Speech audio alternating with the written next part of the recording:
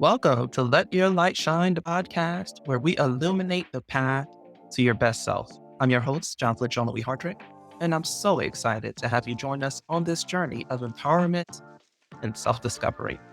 Today, and in each episode, we'll dive deep into the themes inspired by the book, Let Your Light Shine, Unleashing Your Inner Glow through Essential Self-Care Practices for Empowered Women.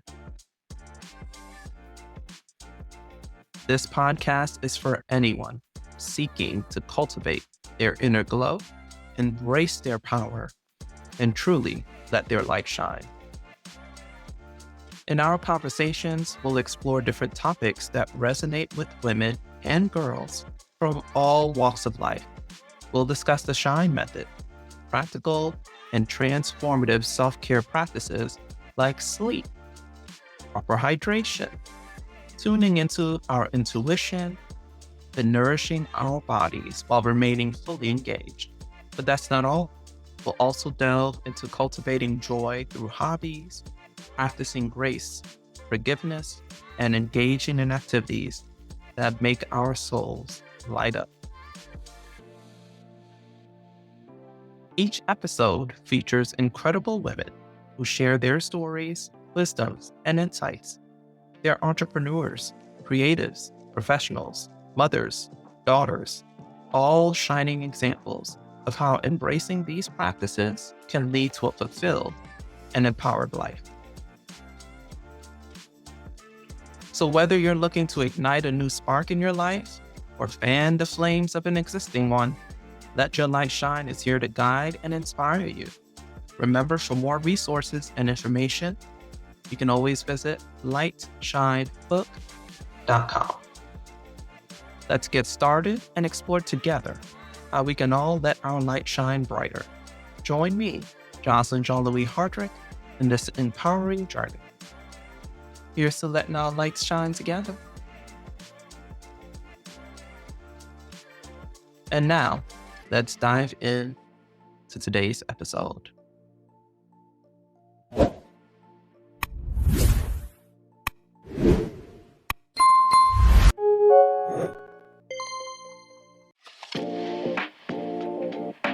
Hey, it's Jocelyn Hardrick. I'm back with another great guest for the Let Your Light Shine podcast. Today we have Noreka Thomas. I met Noreka a few years ago when we work at the same place now, but she was a student at my law school.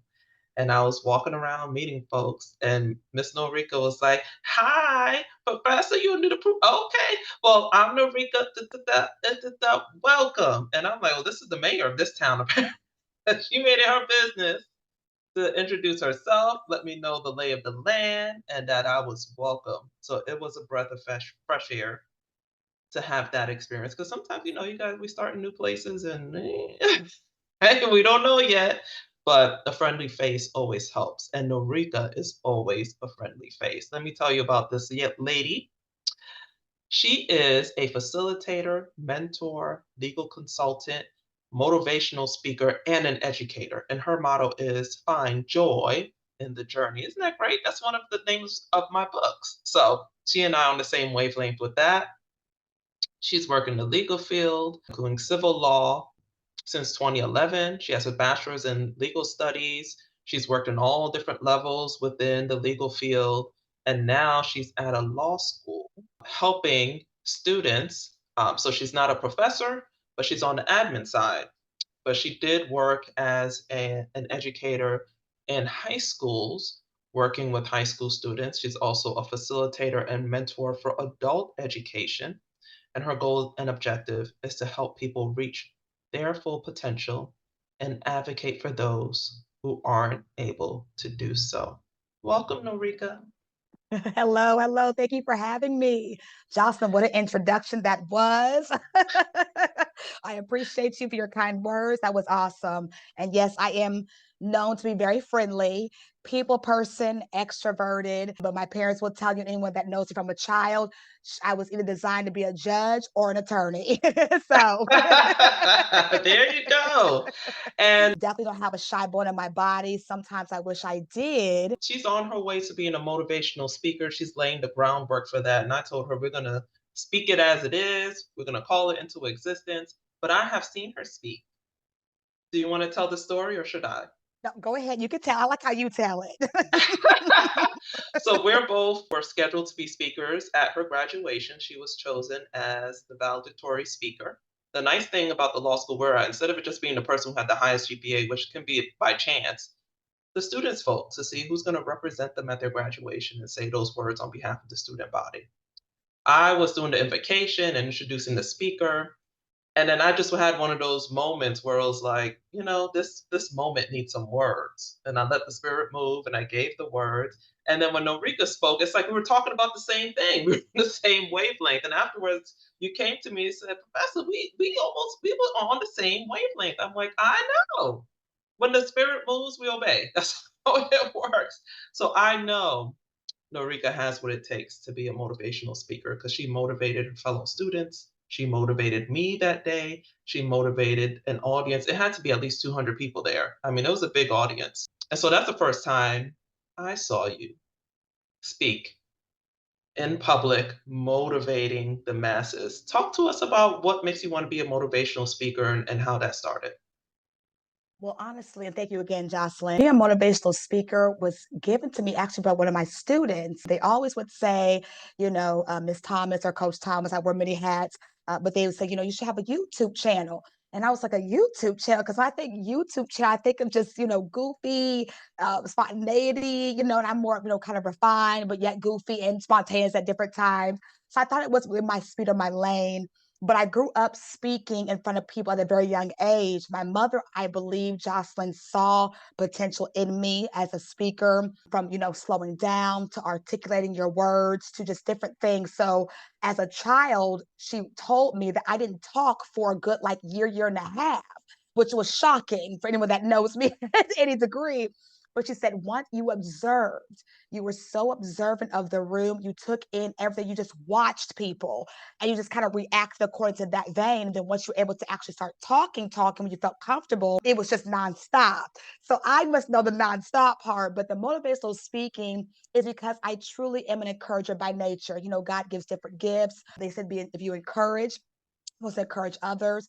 That is just something that comes naturally for me. I speaking in front of people is actually one of my most freeing times. I feel like I just really be Noreka and just let whatever the spirit leads me to say it, not having much regrets about it, always getting good feedback from it. Even in class, I was at Cooley, I was that active student, and a lot of my colleagues said, hey, thank you for asking that because we were a little bit kind of shy or a little bit kind of timid of asking that question. I said, well, I'm paying a lot of money to be at Cooley for this education. So I'm going to ask any question that comes to my mind. And I noticed the professors actually enjoyed that student interaction. So much so, one of the professors would kind of, I was in the middle of his class and he would kind of look at my facial because I am expressive, I am animated. And I kind of like, what was that? My face would say it. And he would kind of look at me and pause and say, let's go back to that one more time, as if he was gauging based on my reaction. I learned that, of course, after the fact, speaking with him, he's like, I kind of used you to kind of gauge the class because you're very animated. So I was like, well, good. If I can help someone else, so be it. So my goal, my calling is to be a bridge, Jocelyn, honestly, to be the shalom, the peace in the midst of chaos, and to be the light in darkness. That is my call. It took a minute to really own my call because I just am able to do so many different hats, do different things that I've been blessed with to do. But to kind of narrow it down into one kind of tunnel vision would be to be a motivational speaker where I can be my eccentric, outgoing, loud, charismatic, goofy, yet serious, yet compassionate person in one channel. So that's why I'm like, okay, it's time for me to put my voice out there for the masses because that could be a bit intimidating sometimes, right? To put yourself out Yes. there. And although I'm not shy, the thought of what I say could be to the world to hear or see. I love it because it can impact, which is what my goal is, but I never want to have a negative reaction or impact. I know that kind of comes with that formation. You can't appease everyone, but I'm hoping I don't ever do anything that will be detrimental to someone. So you have to be careful with your mouth, your voice. As the word said, you can control your tongue, you can control all things. And we are a work in progress with our tongue.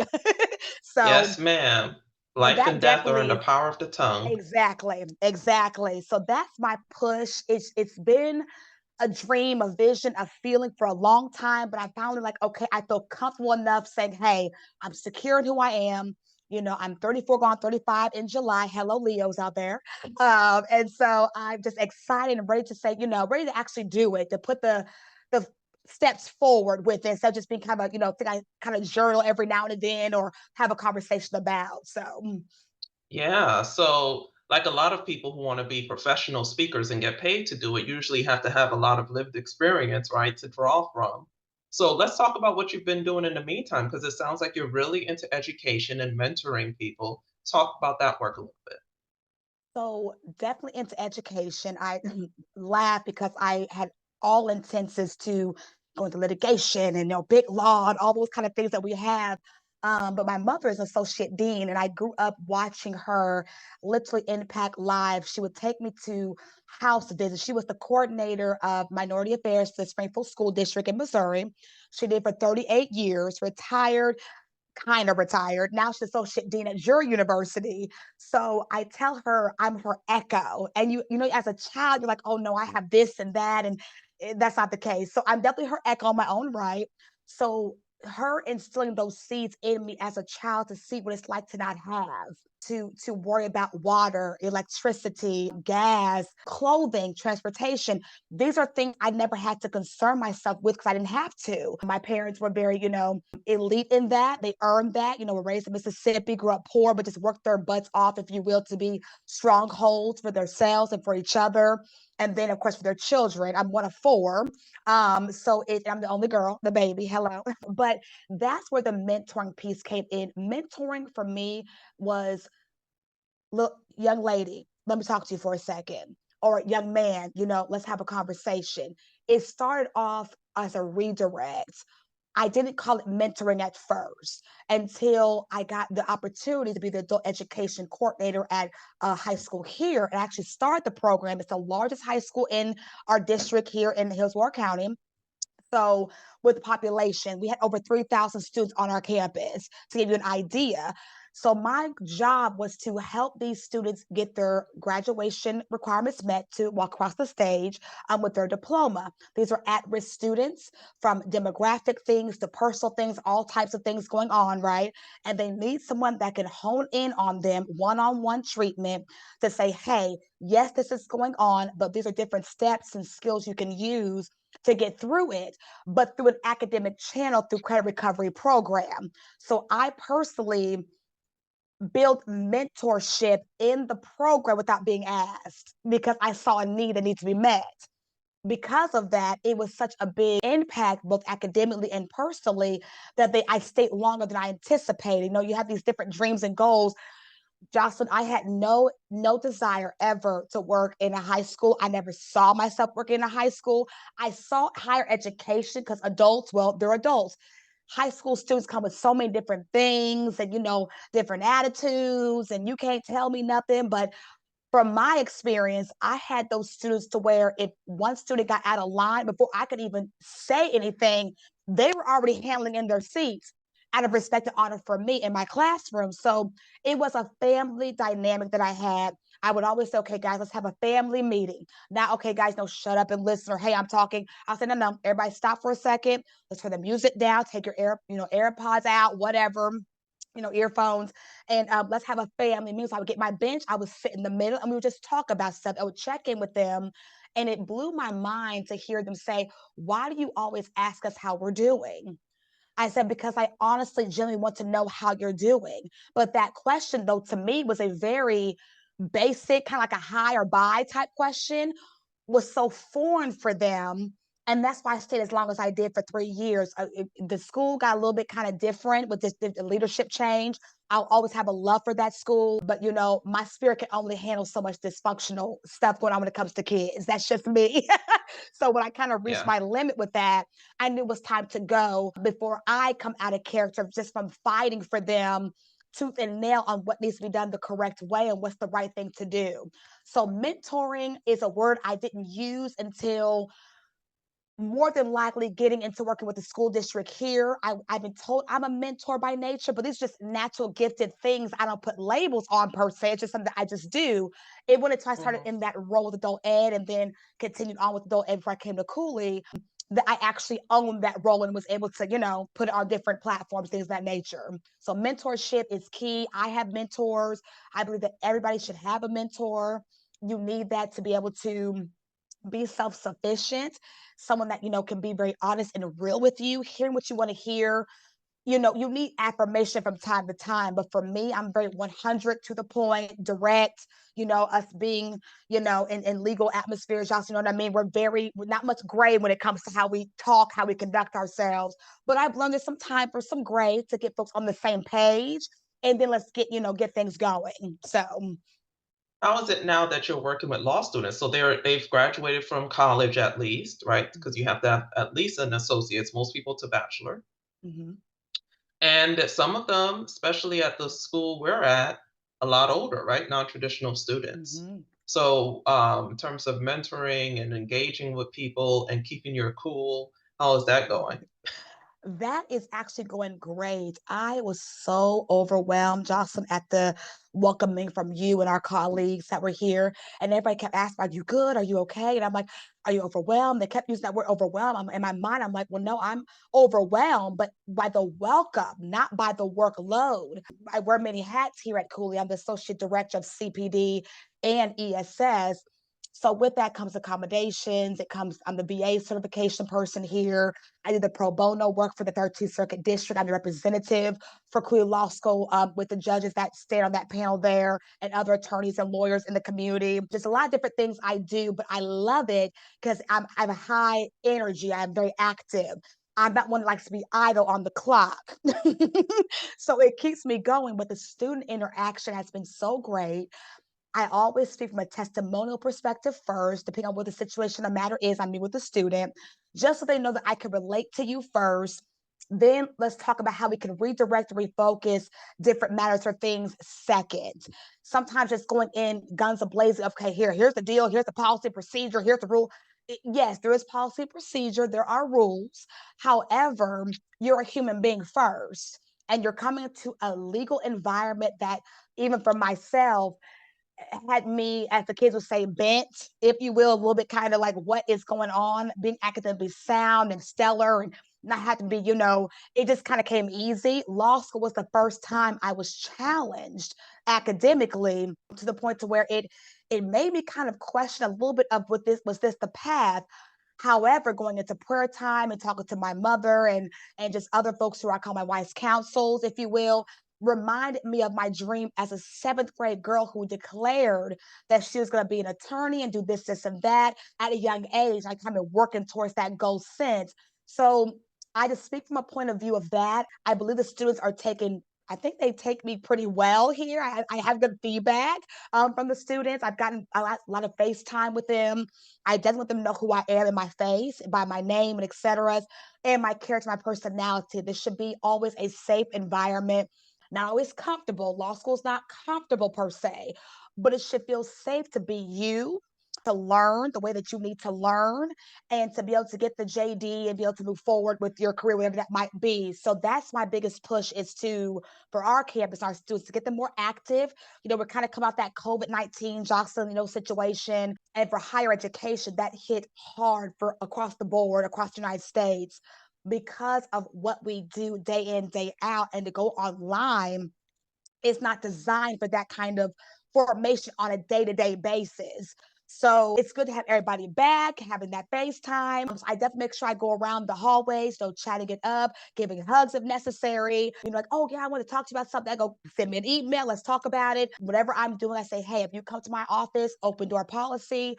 If I'm not meeting with a student or a colleague, please step in. What I'm doing can be put aside for a second, and let's talk about what it is you need to talk about, because I had that done for me by previous directors here and folks that worked here as well. And that helped me get through law school and sometimes some difficult, trying times, just kind of maneuvering things. So I felt it was only right, Jocelyn, that I take this opportunity if given, when it was given, and accept it, yay, to be able to give back what was given to me. I'm all about pouring into others what was poured into me. Excellent. Yeah, and I've heard great feedback. Students do need someone to talk to, and I offer myself as that, but it can be tough when it's a professor who you're going to have the class, you're worried about your grade, and I have one persona in class because I'm about my business, and you're going to learn how to do this thing, and you Mhm. ain't going to do mediocre and blame it on me. That's what that's my motto. You're not going to be mediocre and say I taught you that, right? So it's nice that they're having it, but I've heard great things. So you are doing a lot. Your mind must go a million miles per hour because some your words are coming out fast. Talk Yes. about.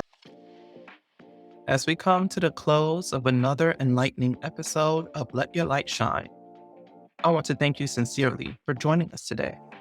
It's been a true joy and privilege to share this space with you and our inspiring guest. Before we part ways, I'd like to leave you with a small nugget of wisdom to carry with you. Remember, the light you hold within is a beacon of hope, strength, and beauty. It's uniquely yours, and when you let it shine, you not only illuminate your own path, but also light the path of others. If you've been inspired by our conversation today, I would encourage you to explore more at lightshinebook.com, where you can find additional resources and support on your journey to unleashing your inner glow. And if you enjoyed today's episode, please share it with someone who might also benefit from its message. Remember to subscribe to our podcast on your favorite platform so you never miss an episode of Let Your Light Shine. As we say goodbye for now, remember that every day is an opportunity to embrace your power, cultivate joy, and most importantly, let your light shine. Until next time, I'm Jocelyn Jean-Louis Hardrick, wishing you peace, love, and light. Thank you for listening, and keep shining bright.